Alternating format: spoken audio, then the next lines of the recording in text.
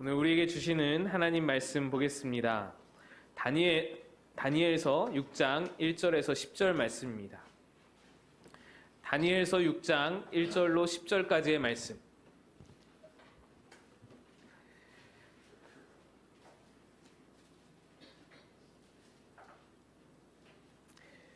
다니엘서 6장 1절로 10절 우리 한 절씩 교독하겠습니다. 다리오가 자기의 뜻대로 고관 120명을 세워 전국을 통치하게 하고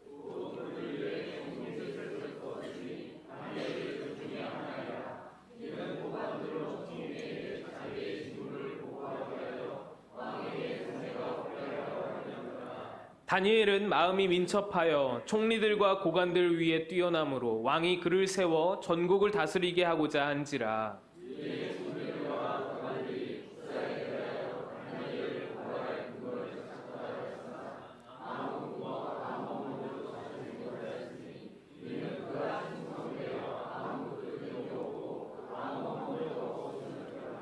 그들이 이르되 이 다니엘은 그 하나님의 율법에서 근거를 찾지 못하면 그를 고발할 수 없으리라 하고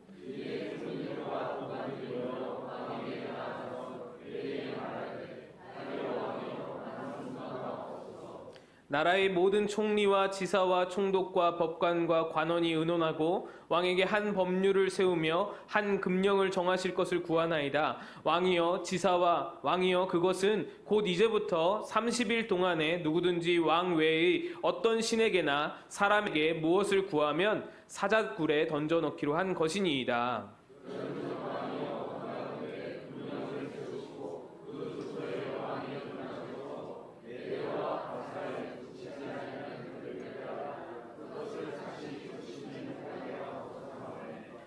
이에 다리오 왕이 조서에 왕의 도장을 찍어 금령을 내니라.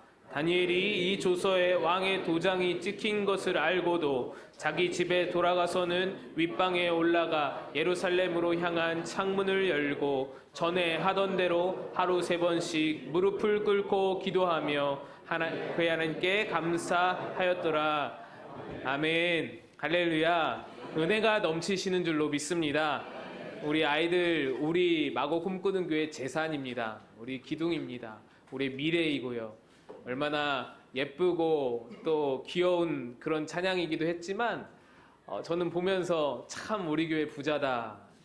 우리 교회 참 행복한 교회다. 다들 아이가 없어서 난리라는데 지난번에 박봉수 목사님 오셔서는 교회 학교 없는 교회가 그렇게 많다는데 우리 교회는 뭐 한 10분의 1도 더 넘는 것 같아요. 아동 유아 유치부가 얼마나 희망이 있고 미래가 있는지 모릅니다. 여러분들 축복이신 줄로 믿으시길 바랍니다. 작가 멜컴 글래드웰이라는 사람이 아웃라이어라는 책이 있습니다. 이 책에는 1만 시간의 법칙이라는 것이 제시되어 있습니다. 한 번쯤 여러분 들어보셨을 것입니다. 1만 시간의 법칙. 이 1만 시간의 법칙이라는 것은 어떤 재능을 가진 한 사람이 한 가지 일에 큰 성과를 이루기 위해서는 1만 시간의 그 어떤 학습과 경험을 통한 사전 준비 또는 훈련이 이루어져야 아주 높은 성취를, 아주 세계적인 그런 성취를 이룰 수 있다. 이런 말이 바로 1만 시간의 법칙입니다. 1만 시간을 하루 평균 3시간 정도로 잡으면 일주일에 20시간이고요. 10년이라는 기간이 걸립니다. 1만 시간을 채우려면 10년이라는 기간이 걸립니다. 그러면서 이 아웃라이어라는 책에서 몇 가지 사례를 드는데 그 중에 여러분 잘 아시는 비틀즈는 1960년부터 1964년까지 하루 8시간씩 쉬는 날이 없이 매일 연습했다고 합니다. 이는 단순 계산으로 11,680시간이고요. 이 기간에 무명으로 1,200시간의 공연을 뛰었다고 합니다. 그렇게 4년 동안 1만 시간이 훌쩍 넘죠. 지금 뭐 1만 3천 시간이 되는데 1만 3천 시간을 채운 뒤에 1964년부터 바로 그때쯤부터 비틀즈는 어마어마한 성공을 거두기 시작했다라고 합니다. 음악 신동이라 불리웠던 모차르트는 11살 때부터 협주곡을 만들기 시작했습니다. 근데 10년 동안은 보잘것없는 협주곡으로 평가되다가 21살이 되던 해에 만들어진 협주곡 9번이 나왔을 때에 비로소 걸작으로 평가를 받았다라고 합니다. 이렇게 아웃라이어라는 책이 유행하면서 1만 시간의 법칙이 한때 굉장히 회자가 많이 되었던 적이 있었습니다. 그런데 제가 찾아보니까 반론도 만만치 않았습니다. 아무리 노력해도 선천적인 재능은 따라갈 수 없다라는 이야기도 많이 있었습니다. 하지만 여러분, 그렇다고 해서 지금 아무것도 안 한다면 우리의 10년 뒤는 더더욱 우리가 장담할 수 없는 것이죠. 우리가 선천적인 재능을 가지지 못했다고 해서 우리가 10년 뒤를 그냥 방만하게 그냥 내버려 둔다면, 방치해 버린다면 더 우리의 10년 뒤는 암울할 수밖에 없는 것이죠. 어찌되었던 한 방울씩 떨어지는 낙수가 결국 바위를 뚫는 것처럼 영향력이 있는 삶, 어떤 한 분야의 탁월함을 꿈꾼다면 요행만 바래서는 안 될 것이고, 요행만 바래서는 절대로 될 수 없고, 많은 시간을 들여야 미래에 더 높은 성취를 누릴 수 있다. 이것을 이 책에서 말하는 것입니다. 오늘 말씀은 다니엘의 이야기입니다. 이 다니엘의 이야기, 다니엘과 사자굴의 이야기인데 상황을 설명을 좀 드리자면, 지금 다니엘은 바벨론의 포로로 잡혀왔습니다. 그런데 그의 재능과 그의 영특함으로 인해서 포로 신분임에도 불구하고 왕을 섬기는 높은 관직에 오르게 됩니다. 총리에 오르게 됐죠. 오늘 본문의 상황은 다니엘이 섬기는 나라가 바벨론에서 메대라는 나라로 바뀐 상황입니다. 메대라는 나라가 바벨론을 제패하고 이 다니엘이 있던 그 나라를 이 메대라는 나라가 다 집어삼킨 겁니다. 그래서 메대의 다리오 왕이 다스리던 때였습니다. 다니엘은요, 이렇게 왕이 여러 번 바뀌고 제국이 바뀌는데도 불구하고 계속해서 총리로, 고위 관직으로 계속해서 중용될 정도로 아주 탁월한 사람이었습니다. 여러분 한번 생각해 보세요. 내가 왕인데 내 나라가 힘이 너무나 막강해서 옆 나라를 먹었어요.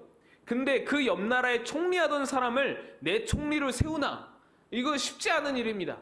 이 옆 나라, 내가 제패한 이 나라의 총리가 얼마나 영특하고 얼마나 탁월한 사람이 아니면 이거 쉽지 않은 일이죠. 보통 탁월하지 않으면 불가능한 일인 것입니다. 그러니 다니엘이 얼마나 탁월하고 유능했는지를 보여주는 상황인 것이죠. 게다가 오늘 다리오 왕은 이 다니엘을 너무너무 좋아합니다. 남의 나라 총리였던 이 다니엘을 통치자가 신뢰하고 좋아한다는 것, 정말 대단한 일이죠. 여러분, 그리스도의 방법으로, 하나님의 방법으로 사회에서 인정받고 성공하고 싶다라면 오늘 다니엘을 배우시기를 부탁드립니다. 오늘 다니엘을 배우시기를 권면합니다.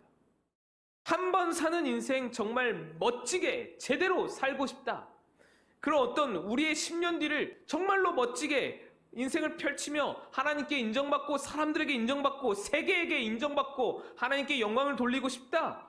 그런 삶을 꿈꾸신다면 우리는 이 다니엘을 배워야 하는 것입니다. 다니엘은 나라가 바뀌어도 총리로 중용될 정도로 탁월했습니다. 그런데 워낙 탁월하고 유능하다 보니까 시기 질투가 심했습니다. 여러분, 세상이 이렇습니다. 잘하는 사람은 이유 없이 깎아내리고 잘 되는 사람 이유 없이 배아파합니다. 이 죄성이 본래 인간의 본성이죠. 멀리 이 메대 왕국에 다니엘과 함께 세워진 총리들도 이 시기와 질투를 가졌습니다. 총리가 3명이 세워졌는데 다니엘을 제외하고 2명의 사람들이 이 다니엘을 시기하는 겁니다. 생각해 보세요.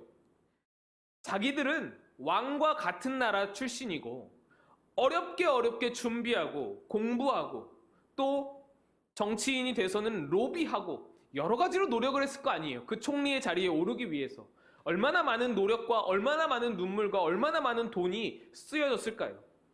그렇게 해서 열심히 노력해서 정말 총리의 자리를 정말 그렇게 거머쥐었는데, 다니엘이라는 사람은 우리나라가 제패한 바벨론, 그리고 그 바벨론이 제패한 이스라엘이라는 듣도 보도 못한 그런 작은 나라의 사람이었어요. 포로였어요. 그러니 여러분, 메대 나라 이 신하 총리로 볼 때는 이 밉상이죠. 괴롭히고 싶죠. 꼴 보기 싫은 거예요. 자기가 뭔데 나는 이렇게 열심히 노력해서 차지한 자리를 저렇게 쉽게 차지하나 싶은 것이죠.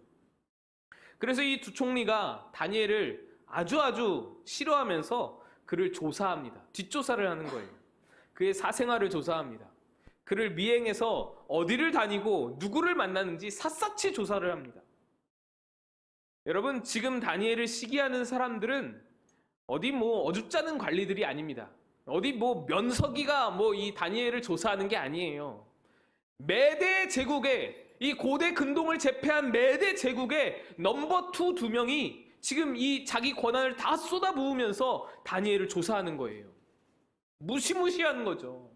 모든 정보력을 총동원해서 다니엘을 조사하는 거예요. 탈탈 털리고 있습니다. 털어서 먼지 안 나는 사람 없잖아요. 다니엘을 탈탈 털었어요.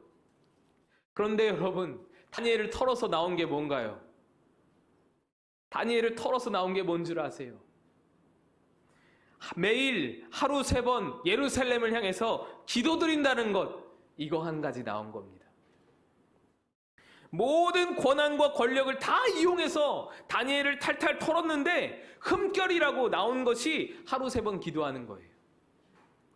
그래서 이 사람들이 이걸 어떻게든 활용해서 다니엘을 제거해야겠다 하고 머리를 굴리기 시작합니다.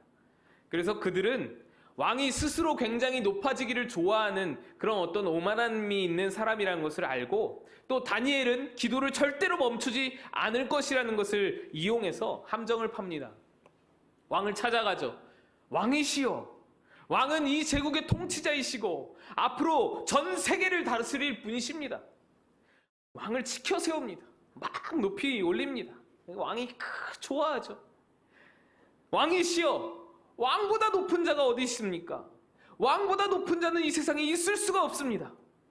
그렇지. 짐이 세계에서 제일 높지. 폐하, 그러므로 지금부터 한 달 동안 왕에게만 경배하고 왕에게만 기도하게 하시며 왕 이외에 어떤 신에게나 사람에게 경배하고 기도하면 사자굴에 집어던져 넣으심이 어떻습니까? 좋지. 모두들 들어라. 지금부터 한 달 동안 나 외에 다른 신에게나 다른 사람에게 경배하거나 기도하면 무조건 사자굴이다. 이렇게 왕의 도장을 찍어서 금령이 내려지게 된 것입니다. 그 후에 오늘 본문 마지막 말씀인 10절 말씀입니다. 우리 10절 말씀을 한번 같이 볼까요? 한번 같이 읽겠습니다. 시작. 다니엘은 이 조서에 왕의 도장이 찍힌 것을 알고도 자기 집에 들어가서는 윗방에 올라가 예루살렘을 향한 창문을 열고 전에 하던 대로 하루 3번씩 무릎을 꿇고 기도하며 그의 하나님께 감사하였더라. 놀라운 일이죠. 이 한 문장에 깜짝 놀랄 만한 다니엘의 담대함을 보여주는 상황이 몇 가지가 있습니다. 몇 가지가 들어 있습니다. 첫 번째로는 창문을 열고입니다. 여러분, 이 상황이라면 기도를 하더라도 몰래 해야죠. 목숨이 걸린 상황입니다. 창문을 열면 어떡합니까? 창문을 열면 나 잡아가슈 하는 것입니다. 물론 예루살렘을 향하여 창문을 여는 것의 의미를 우리가 모르는 것이 아닙니다. 예루살렘을 향하여 창문을 여는 것은 성전을 향하여서 창문을 여는 것이고, 하나님이 머무시는 하나님의 임재가 있는 그 성전의 자리, 그곳을 향해서 창문을 여는 거예요. 비록 성전을 찾아가서 기도할 수는 없으나, 우리의 성전이 무너지긴 했으나 성전을 향하여서 창문을 열고 그쪽 방향으로라도 내가 기도하겠다라는 것입니다. 그러나 상황이 상황인데 이럴 필요까지가 있을까 싶은 것이죠. 굳이 창문을 열어야 되나? 놀라운 거예요. 다니엘의 놀라움이죠. 대놓고 보란 듯이 창문을 열고 기도를 합니다. 두 번째로 놀라운 단어는 무릎을 꿇고라는 단어입니다. 창문이 열려 있어요. 기도를 해야 돼요. 여러분이 이 상황이라면 어떻게 하시겠습니까? 첫째는 하던 대로 무릎 꿇고 그렇게 기도하는 것이고, 둘째는 무서우니까 안 하는 것이고, 셋째는 기도 안 하는 척 마음속으로 기도하는 것이다 라면은 여러분은 무엇을 고르시겠습니까? 저라면 세 번째를 골랐을 것 같습니다. 그냥 창문 열어두고 창가에 서서 뒷짐지고 고향 땅 바라보는 듯 하면서 그리워하는 척 하면서 속으로 마음대로 기도할 수 있잖아요. 무릎 꿇는 것보다 서서 바라보면 더 간절할 수도 있잖아요. 얼마나 좋습니까? 얼마나 좋아요. 사람들의 오해도 받지 않고 기도도 마음껏 할 수 있고. 그런데 다니엘은 무릎을 꿇는 거예요. 굳이 무릎을 꿇는 겁니다. 차라리 동네 사람들 나 하나님께 기도합니다 광고를 할 것이지 무릎을 대놓고 꿇는 거예요. 세 번째로 놀라운 건 하나님께 감사하였더라라는 말입니다. 그래요. 목숨 걸고 기도의 시간과 기도의 자리를 지킨다고 합시다. 그런데 기도의 내용은 좀 달라질 수도 있잖아요. 하나님, 나 이 어려운 상황에 이렇게 기도를 지킵니다. 나 이 어려운 상황에서도 기도의 자리를 지킵니다. 하나님 나 도와주세요. 하나님 나 살려주세요. 이럴 수 있지 않습니까? 근데 다니엘은 감사 기도를 드리는 거예요. 이렇게 기도하고 나면 사자굴에 들어갈 것인데, 그리고 실제로 사자굴에 들어가게 될 다니엘인데, 이 흔들리지 않는 담대함, 이게 말이 안 되는 것이죠. 어떻게 이렇게 안 흔들릴 수 있는 것인가? 근데 여러분, 첫 번째로 창문을 열고, 두 번째로 무릎을 꿇고, 세 번째로 감사하고, 이 놀라운 단어들을 기록할 수 있었던 것은 또 다른 단어의 이유가 있습니다. 사실 이 또 다른 단어 하나 덕분에 사자굴 앞에서도 이 놀라운 단어들과 이 놀라운 흔들리지 않는 담대함의 문장이 기록될 수 있었던 것입니다. 이 단어가 무엇이냐? 바로 전에 하던 대로입니다. 전에 하던 대로. 사실 오늘 본문에서 가장 무서운 단어, 그리고 다니엘의 탁월함과 담대함을 한 번에 설명할 수 있는 단어 한 가지를 뽑으라면 바로 이 전에 하던 대로이라는 것입니다. 전에 하던 대로 기도했다는 것이죠. 전에 하던 대로. 여러분, 전에 하던 대로라면 기도를 하루 이틀 했다는 것이 아닙니다. 기도를 계속적으로 해왔다는 것이죠. 과연 얼마나 했을까요? 다니엘이 전에 하던 대로 얼마나 기도를 했을까요? 한 5년 했을까요? 10년 했을까요? 1만 시간의 법칙처럼. 그것을 알기 위해서 먼저 다니엘의 나이를 알아보아야 합니다. 여러분, 사자굴에 던져진 다니엘 하면 어떤 이미지가 떠오르시나요? 사자굴에 던져진 다니엘. 저는 이런 이미지를 처음에 생각했습니다. 그림을 좀, 요런 이미지. 아주 앳된 다니엘이 사자들과 함께 이렇게 거니는 이미지. 얼마나 귀엽습니까? 그런데 어린 시절이나 교사 봉사하면서 아이들 키우면서 보았던 이런 그림들 때문에 우리는 사자굴의 다니엘의 이미지가 앳된 소년, 이런 청년으로 우리는 생각하는 것이죠. 사자들도 굉장히 순하고 말 잘 듣고 그런 어떤 이미지가 우리에게 떠오릅니다. 그런데 이게 완전히 틀렸다라는 겁니다. 여러분, 당시의 다니엘은 나이가 80세였습니다. 18살이 아니고 80세라는 거예요. 오히려 이 그림이 그나마 실제와 비슷합니다. 다음 그림을 보여주세요. 백발이 성성하고 머리숱이 많지 않은 이 노인이 총리라서 고급스러운 옷을 입었지만 백발이 성성하고 정말로 이제 노년이 된 이 어르신이 사자굴에 들어와 있는 이 그림이 훨씬 더 가깝다라는 것이죠. 여러분, 다니엘은 노인이었습니다. 팔순 할아버지였습니다. 그래서 오늘 설교 제목도 노인과 사자입니다.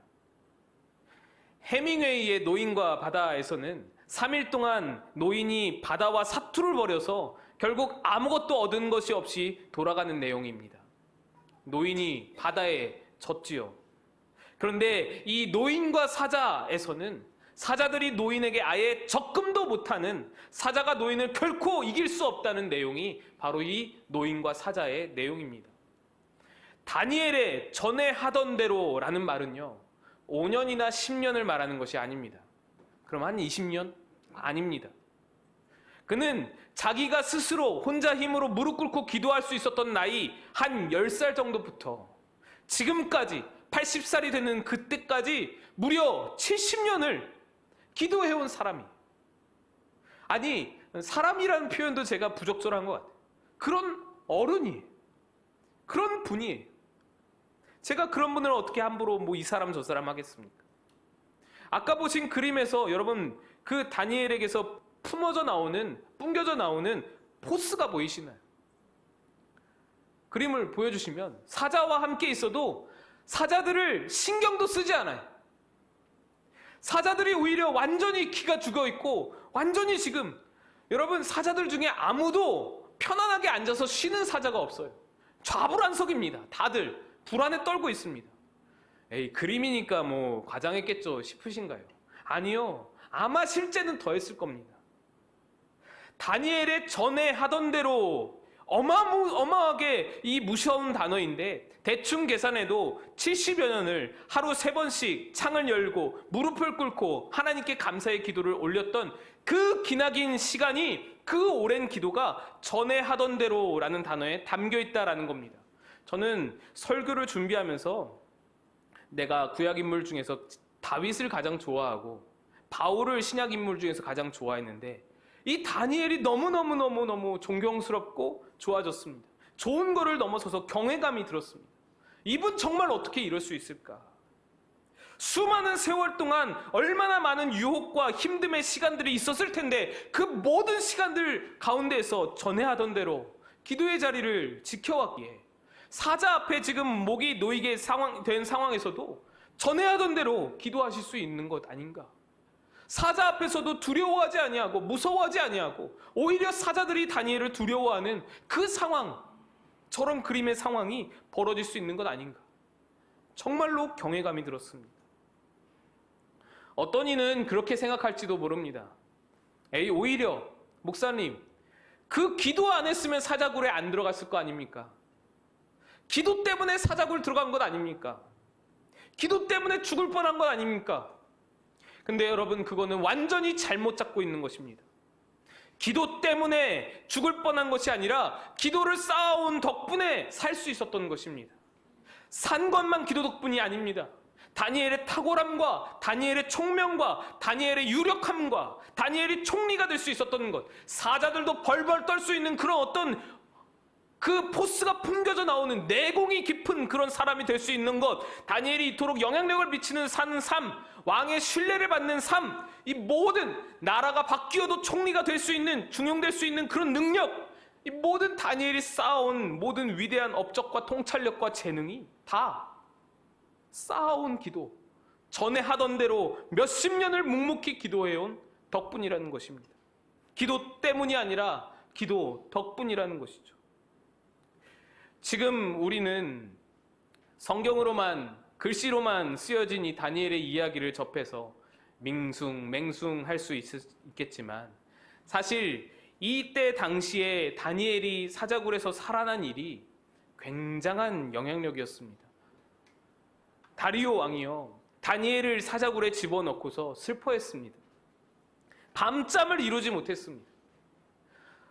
다리오 왕은 다니엘이 사자굴에 들어갈 줄은 미처 몰랐던 것 같습니다. 밤잠을 새우면서 다니엘을 걱정합니다. 이 다니엘을 잃을까봐 노심초사하는 것입니다. 그 정도로 좋아했던, 너무너무 사랑했던 신하였어요. 아침이 되자 모든 신하들보다 가장 앞서서 사자굴에 제일 먼저 달려갔던 사람이 바로 이 다리오 왕이었습니다. 그래서 굴 입구에서 물어봅니다. 살아계시는 하나님의 종 다니엘아, 내가 항상 섬기는 내 하나님이 사자들에게서 너를 능히 구원하셨느냐? 그때 다니엘이 왕에게 말합니다. 왕이여, 원하건대, 왕은 만수무강, 아니죠, 다니엘 목소리가 이렇지 않았을 겁니다. 원하건대 만수무강하소서. 다니엘이 왕에게 대답을 하는 순간 이 성경에 의하면 이때 다리오 왕이 심히 기뻐했다고 말합니다. 심히 기뻐하면서 얼른 다니엘을 끌어올리고 다니엘을 참소했던 사람들을 그 굴에 집어넣는 거예요. 사자들이 얼마나 배가 고팠는지 이 다니엘이 꺼내지고 다른 사람들이, 다니엘을 참소했던 사람들이 들어갈 때에 바닥에 닿기도 전에 뼈까지 아그작아그작 다 씹어먹혔다고 기록하고 있습니다. 그때 그 광경을 보면서 다 지켜본 왕이, 다리오 왕이 이렇게 말합니다. 내 나라 관할 아래에 있는 사람들은 다 다니엘의 하나님 앞에 떨며 두려워하여라. 그는 살아계신 하나님이다. 여러분, 대단하지 않습니까? 다리오 왕은 자기가 신보다도 높다고 생각하는 사람이었어요.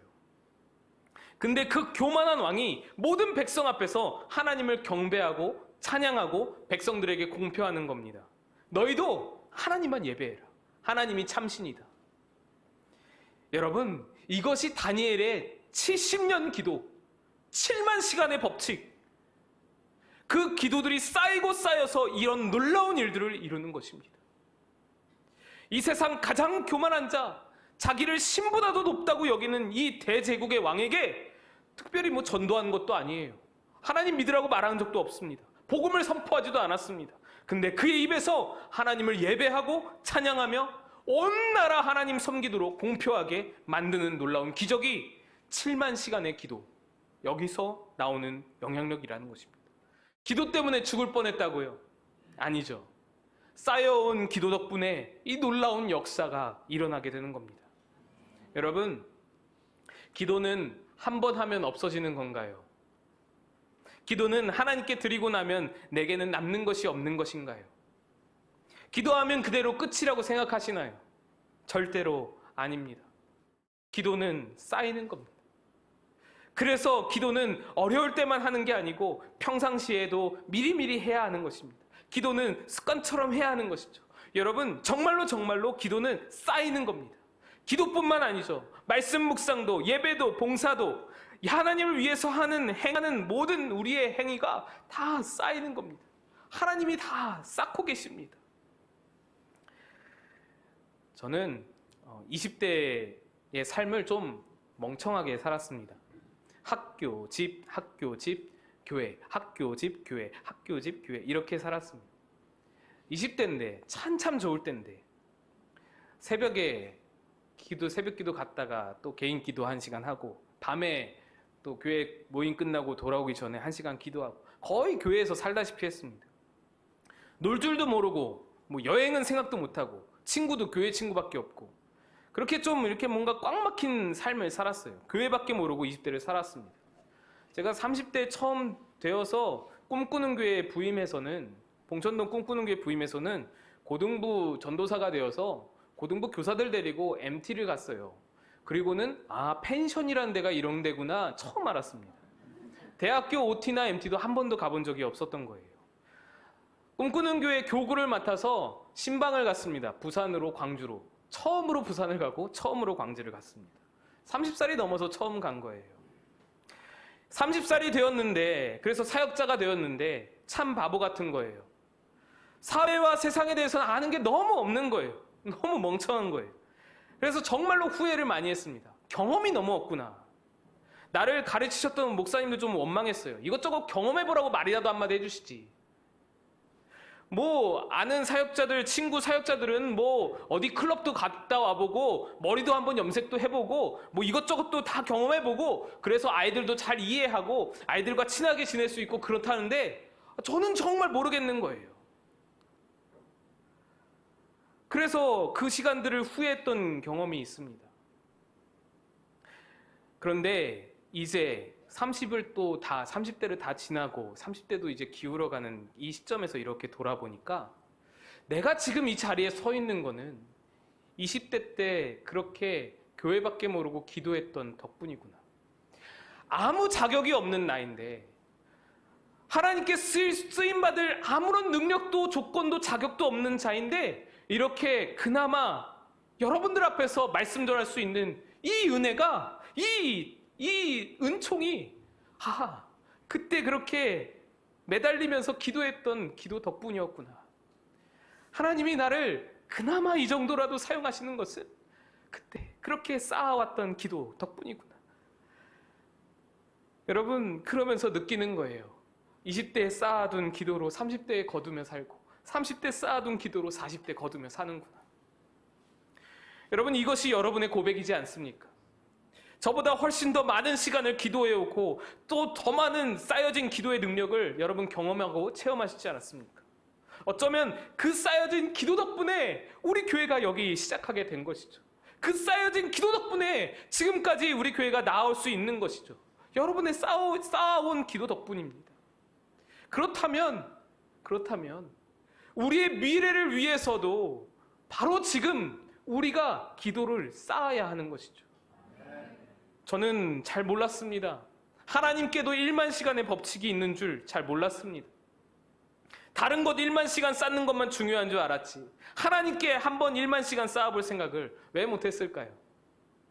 여러분, 우리가 지금까지 나올 수 있던 것이 쌓여온 기도의 응답임을 믿으신다면 또다시 지금부터 차곡차곡 우리의 미래를 위해서, 우리의 10년 뒤를 위해서 기도를 쌓는 마구 꿈꾸는 교회가 되기를 축복합니다.